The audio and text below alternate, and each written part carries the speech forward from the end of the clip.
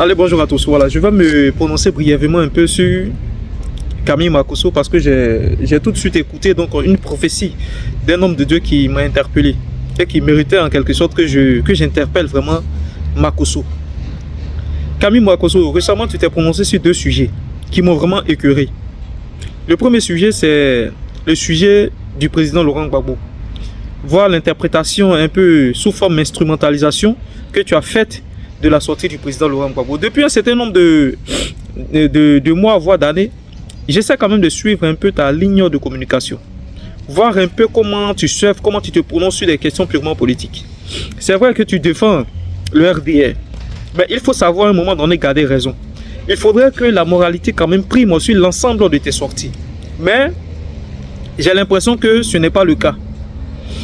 Tu as tendance parfois à instrumentaliser les ethnies, les communautés, estimant que les militants du RDR sont les plus barbares, les plus violents que tout autre militant. Estimant qu'en cas d'affrontement, les militants du RDR réussiront à prendre de l'ampleur, le dessus, sur tout autre militant. Mais ce que tu ignores, c'est que les militants, c'est que le RDR n'est pas majoritaire en Côte d'Ivoire.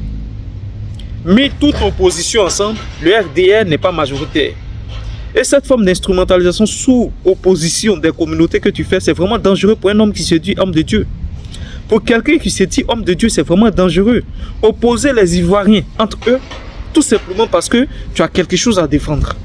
Tu as ta nourriture, ton bien-être social, ton équilibre social à défendre.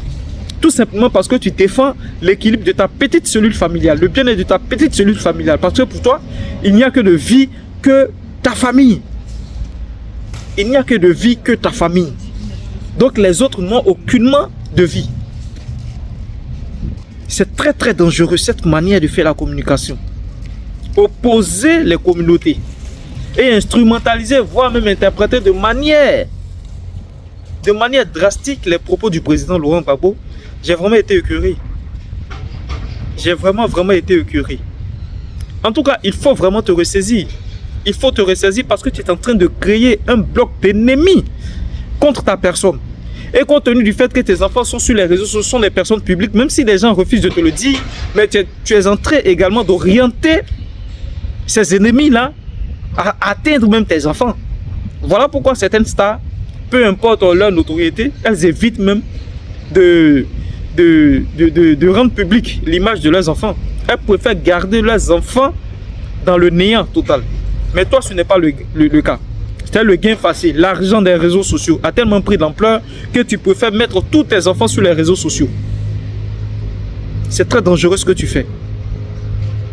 Et quand j'ai écouté la prophétie de cet homme de Dieu que je vais publier à la suite de ma vidéo, j'ai compris, j'ai dit, mais c'est la conséquence de l'ensemble des actes que tu poses sur les réseaux sociaux qui sont très très malsains. Qui sont très très malsains. Et à chaque fois quand tu te sens acculé, c'est toi qui pleures sur les réseaux sociaux. Non, je suis veuf, j'ai pas envie de laisser mes enfants orphelins. Voilà comment tu surfes sur les émotions, sur les sentiments des Ivoiriens.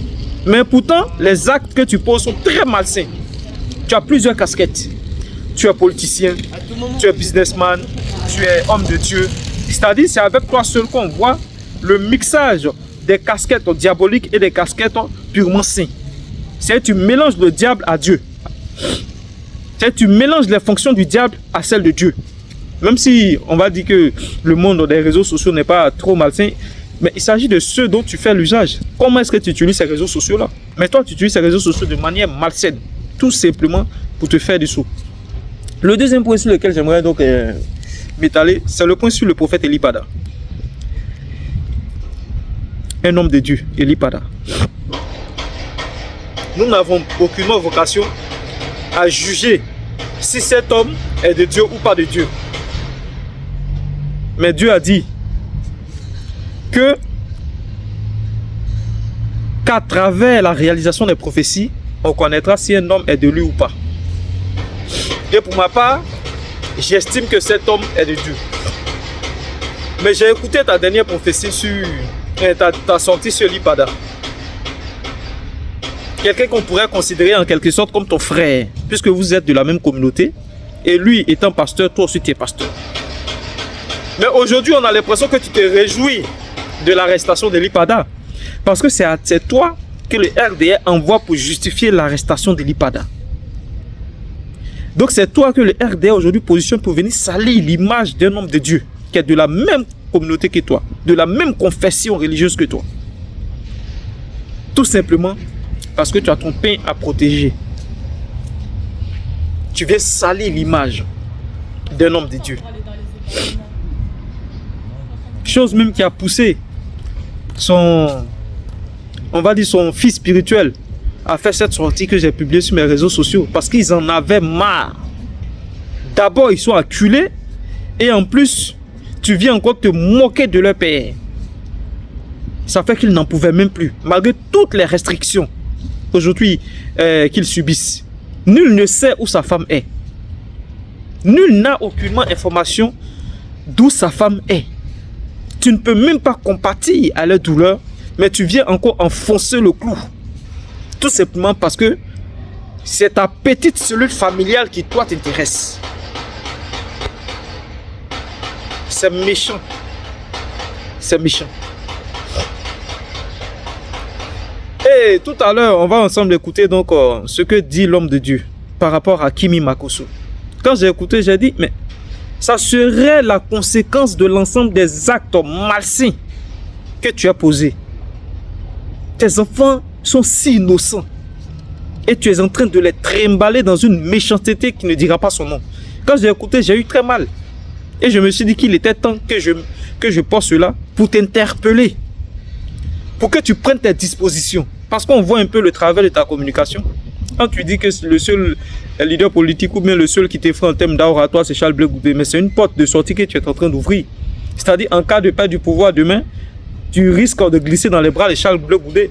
Tout simplement pour lui proposer donc tes services en tant que communicant. C'est pourquoi d'ailleurs, moi j'interpelle mon grand frère Charles Blé Goudé. Il faut prendre du recul par rapport à Makosso là. Honnêtement, je te le dis, hein. Il faut prendre du recul par rapport à Makosso. J'ai été vraiment outré de savoir que tu aies même effectué le déplacement pour aller jusqu'à son bureau. En tant que quoi? En tant que qui? En tant que quoi? Toi, un homme politique chevronné comme ça, tu effectues le déplacement pour te rendre chez Makosso. Parce que simplement, c'est un communicant des réseaux sociaux. Il faut te faire respecter. Hein. Il faut savoir te faire respecter. Écoutons ensemble ce que l'homme de Dieu disait par rapport à Makosso.